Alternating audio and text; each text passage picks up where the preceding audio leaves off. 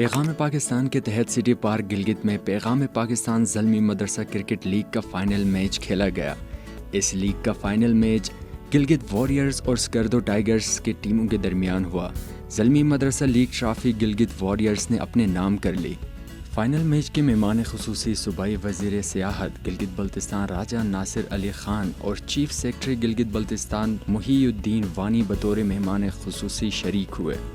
صوبائی وزیر سیاحت راجہ ناصر علی خان اور چیف سیکرٹری محی الدین وانی نے جیتنے والے اور رنر اپ ٹیموں میں میڈلز اور ٹرافی تقسیم کیے۔ اس موقع پر سنو ایف ایم سے خصوصی گفتگو کرتے ہوئے وزیر سیاحت گلگت بلتستان راجہ ناصر علی خان نے کہا، آج کا یہ جو ایونٹ رہا بہت ہی خوبصورت اور سکسیزفل ایونٹ رہا۔ زلمی اور پیغام پاکستان کے پیغام لے کر انہوں نے اس ایونٹ کو آرگنائز کی تھی۔ بین المدارس کے درمیان ایک بہترین کمپٹیشن کیا اور بہت ہی خوبصورت ٹورنامنٹ انہوں نے آرگنائز کی۔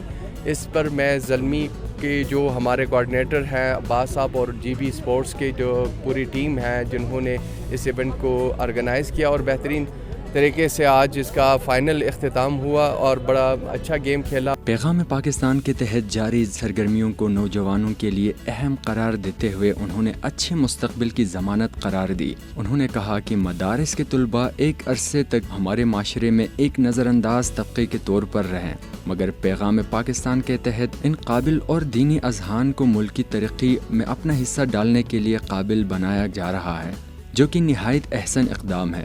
زلمی فاؤنڈیشن کے کوآرڈینیٹر میاں عباس نے سنو ایف ایم سے گفتگو کرتے ہوئے کہا، یہ پیغام پاکستان کی انیشیٹو ہے جس میں ہم یہ مدارس کی بچوں کو انگیج کرنا چاہ رہے ہیں۔ ہم چاہ رہے ہیں کہ ان کا ایک مثبت جو پیغام ہے وہ دنیا کو ہم پہنچا سکے زلمی کی پلیٹ فارم کے تھرو۔ تو اس میں انہوں نے بڑا جو ہے اپنے آپ کو ایکسپریس کیا، ہمیں بڑا اچھا لگا۔ یاد رہے پیغام پاکستان کے زیر اہتمام زلمی مدرسہ کرکٹ لیگ کا آغاز 25 جولائی 2022 کو ہوا تھا۔